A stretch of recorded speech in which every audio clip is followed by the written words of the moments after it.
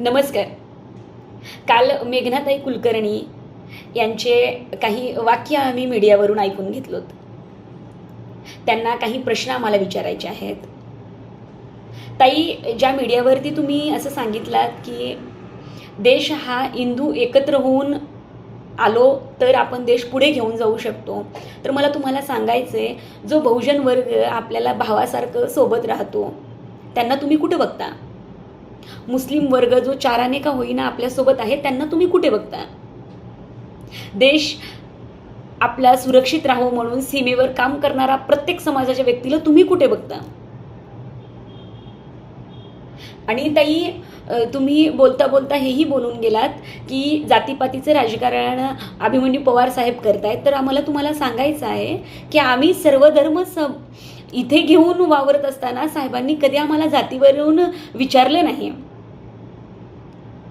कधी महिलांवरती टीका केल्या नाहीत किंवा कोणत्या महिलेला अशब्दही साहेबांनी कधी बोललेलं नाही. राहिला तुमचा दुसरा मुद्दा की तुम्ही मागच्या खुर्चीवर बसण्यासाठी आग्रह करून रडापाडीचं नाटकं करून तुम्ही बाहेर आलात, तर तुम्हाला सांगायचं आहे तो आमच्या मतदारसंघाचा कार्यक्रम नव्हता किंवा पवारसाहेबांच्या घरचाही कार्यक्रम नव्हता की तुम्हाला आहेर उपचार करून तिथे बसवलं पाहिजे.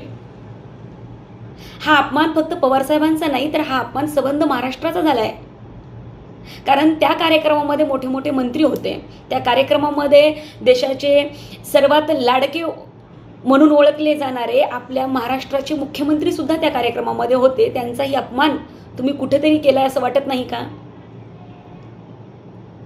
तुम्ही साहेबांना त्या मीडियाच्या समोर सांगताय की शपथ घ्या बरं, बघू तुम्ही तुमच्या आईवडिलांची शपथ घ्या. तर मला तुम्हाला सांगायचं आहे की आईवडिलांची शपथ घ्या म्हणून तुम्ही मीडियासमोर म्हणताय, तुम्ही कोणत्या इसवी सनमध्ये जगताय? इथे पंतप्रधान आपल्या देशाला कुठे नेण्याचा प्रयत्न करतायत आणि तुम्ही कुठे आहात? आम्ही युवा पिढी म्हणून तुमच्याकडून काय नेतृत्व घेतलं पाहिजे? शपथीवर राजकारण करताय तुम्ही. आणि राहिला आणखीन एक विषय, तुम्ही रडापडीचं नाटकं केलात, तर मला तुम्हाला सांगायचं आहे, आम्ही जेव्हा तुमचं पेज ओपन करून बघितलं त्यामध्ये शेतकऱ्यांसाठी रडलेलं तुम्ही कधी दिसला नाहीत. तुम्ही कधी महिलांवर अत्याचार झालात म्हणून समोर आल्या नाहीत. आणि तुम्ही साहेबांना म्हणताय की तुम्ही आणखीनही पीए आहात का? तर मला तुम्हाला सांगायचं आहे, आम्ही महाराष्ट्रातील, आम्ही ग्रामीण भागातील लोक आहोत. मराठवाड्यातील एक सामान्य कुटुंबातून जेव्हा आम्ही वरी जातो, जेव्हा आम्ही कोणत्या तरी नामांकित खुर्चीवर बसतो, तेव्हा सुद्धा आम्ही साधीच राहतो. याचा गर्व आहे की आम्हाला आमचे साहेब आणखीनही पीए म्हणून काम करतायत. जेव्हा समाजामध्ये वावरत असताना आमचे साहेब शेतकऱ्यांसाठी विचारपूस करतात ना, तेव्हा गर्व वाटतो की हा आमचा नेता आहे. आम्हाला मानपानाची गरज नाही.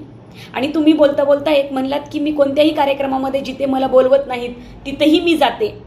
तर मला तुम्हाला सांगायचं की तुम्हाला या कारणामुळेच बोलवत नसतील म्हणून स्वतःचा अभ्यास करा.